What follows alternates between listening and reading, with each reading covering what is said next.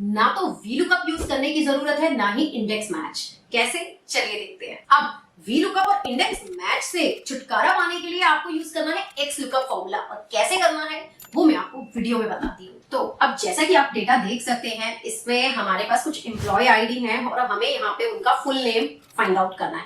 अब full name find out करने के लिए आप सबको पता है आप कौन सा फॉर्मूला यूज करते हो, मुझे कमेंट में बताइएगा। यहाँ पे मैं ना तो इंडेक्स मैच का यूज करने वाली हूँ ना ही VLOOKUP का, मैं यहाँ लगाने वाली हूँ XLOOKUP फॉर्मूला। तो चलिए देखते हैं कैसे। अब जैसे ही आप XLOOKUP फॉर्मूला लगाते हैं तो कुछ आर्ग्यूमेंट्स आते हैं। पहले हम आर्ग्यूमेंट्स की बात करते हैं। तो पहला आर्ग्यूमेंट होता है लुकअप वैल्यू, जो एज इट इज सेम होता है VLOOKUP में, that is your searching value, जिस वैल्यू को आप सर्च करना चाहते हैं। तो यहाँ पे मुझे वैल्यू सर्च करनी है, मेरा पहला एम्प्लॉय आईडी। आप कॉमा करते हैं, यहाँ पे आता है लुकअप एरे। लुकअप एरे, अब VLOOKUP में अगर आपने कभी देखा होगा तो सेकंड आर्गुमेंट रहता है टेबल एरे, उसमें आप एंटायर टेबल सेलेक्ट करते हैं। यहाँ मुझे लुकअप एरे सेलेक्ट करना है, इट मींस वो पर्टिकुलर कॉलम ही हमें सेलेक्ट करना है जिसमें से हमारी लुकअप वैल्यू मिलेगी। तो यहाँ पे मुझे लुकअप वैल्यू किसमें जाके फाइंड आउट करनी है, मेरे एम्प्लॉय आईडी वाले कॉलम में। तो यहाँ पे हम क्या कर रहे हैं, एम्प्लॉय आईडी वाला पूरा का पूरा कॉलम इस तरीके से सेलेक्ट कर रहे हैं। Now comma return array.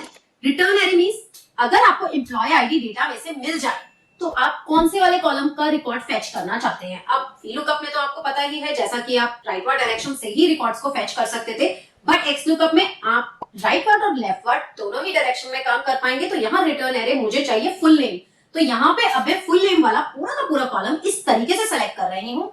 और अब यहाँ पे हमने सिंपली क्या प्रेस कर देना है, एंटर।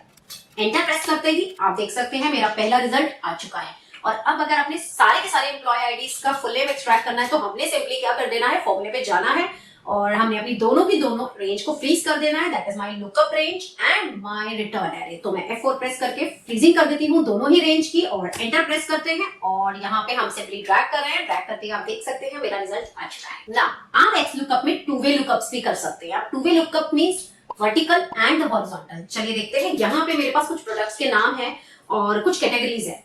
अब मुझे यहाँ पे मटेरियल वुड और क्लास बी का कॉस्ट फाइंड आउट करना है, जो कि अगर हम मैनुअली देखें तो हमारा क्लास का जो कॉस्ट है वो है 61। अब ये काम हम XLOOKUP से कैसे करेंगे, तो यहाँ पे सबसे पहले हम लगाएंगे XLOOKUP। अब XLOOKUP में पहली लुकअप वैल्यू हम किसे लेने वाले हैं, हमारे मटेरियल को, कि मुझे वुड को फाइंड आउट करना है और जो कि हमारा वुड है वो हमें कौन से वाले एरे में से मिलने वाला है, ऑब्वियसली हमारे प्रोडक्ट्स में से। तो अब यहाँ प्रोडक्ट्स में से मुझे वुड मिल जाएगा, बट नाउ रिटर्न एरे। अब रिटर्न एरे में हम क्या ले, रिटर्न एरे में तो हमें वो कॉलम नंबर लेना है जो कैटेगरी हमने मेंशन की है क्लास में। तो यहाँ क्लास हमारी है बी, तो अब यहाँ हमारी बी क्लास का रिजल्ट कैसे फाइंड आउट होगा, तो अगेन हम रिटर्न एरे के लिए यहाँ लगा देंगे XLOOKUP और XLOOKUP में आपकी बार आपने लुकअप वैल्यू ले लेना है बी। नाउ कॉमा हमने आपकी बार सर्च जो करना है हमारी क्लासेस में से सर्च करना है कि जिस भी पोजीशन पे बी मिलेगा वो उसका रिकॉर्ड फाइंड आउट करेगा।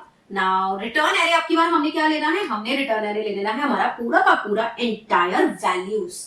एंटायर वैल्यूज लेने के बाद हमने ब्रैकेट को क्लोज कर देना है और ब्रैकेट को क्लोज कर देना है और प्रेस करना है एंटर। ना अब आप देख सकते हैं यहाँ 61 आ चुका है। और अब हम जरा चेक करते हैं क्लास को चेंज करके। तो यहाँ पे हम लोग क्लास कर देते हैं सपोज D और D का रिजल्ट 44 है, दैट इज वेरी करेक्ट। ना अब XLOOKUP को मैं मल्टीपल क्राइटेरिया के साथ एक्सप्लेन करने वाली हूँ। जैसा कि इस डेटा में हमें एक आईडी है, रीजन है, मंथ, इन तीनों को मैच करके ही वैल्यू को ट्रैक करना है। तो अब यहाँ पे आप देख सकते हैं मल्टीपल सेम आईडीज भी हैं, किसी के आगे बी है, किसी के आगे एक्स है, रीजन भी डिफरेंट है, डेट्स भी डिफरेंट है।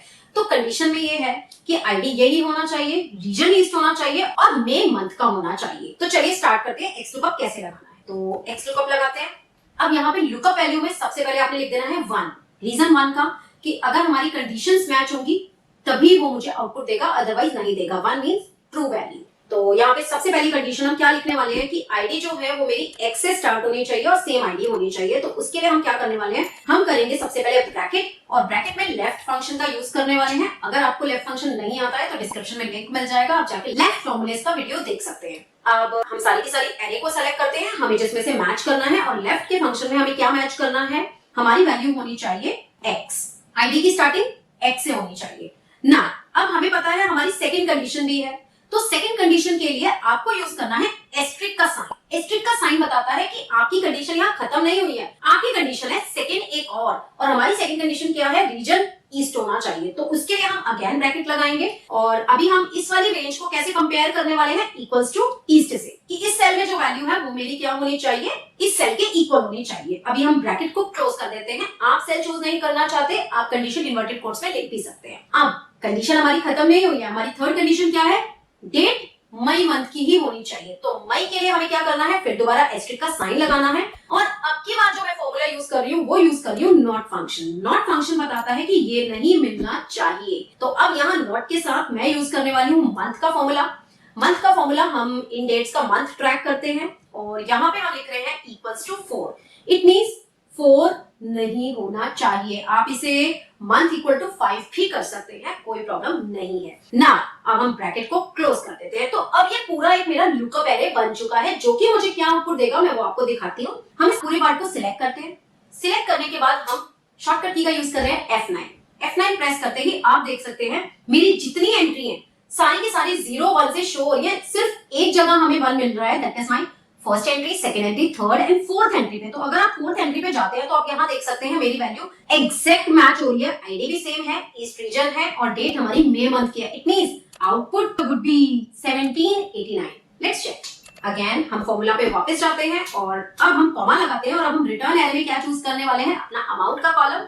अमाउंट सेलेक्ट करते हैं और ब्रैकेट क्लोज कर देते हैं। और अब यहाँ आपने एंटर प्रेस नहीं करना, आपने कंट्रोल शिफ्ट एंटर प्रेस करना है। और अब एक छोटी सी चीज और बताने जा रही हूँ जो कि बहुत इंपॉर्टेंट है। अगर आप XLOOKUP यूज कर रहे हैं तो आपको इस चीज का बड़ा ध्यान रखना है कि आपके पास ऑफिस का 365 ऐप वर्जन होना चाहिए, अदरवाइज आप XLOOKUP का यूज नहीं कर पाएंगे। तो चलिए जल्द से कंट्रोल शिफ्ट एंटर करते हैं और आप देख सकते हैं मेरा आउटपुट आ गया है। अगर वीडियो पसंद आए तो जल्दी से लाइक, कमेंट और सब्सक्राइब कर लीजिए अगर आप नए यूजर्स हैं।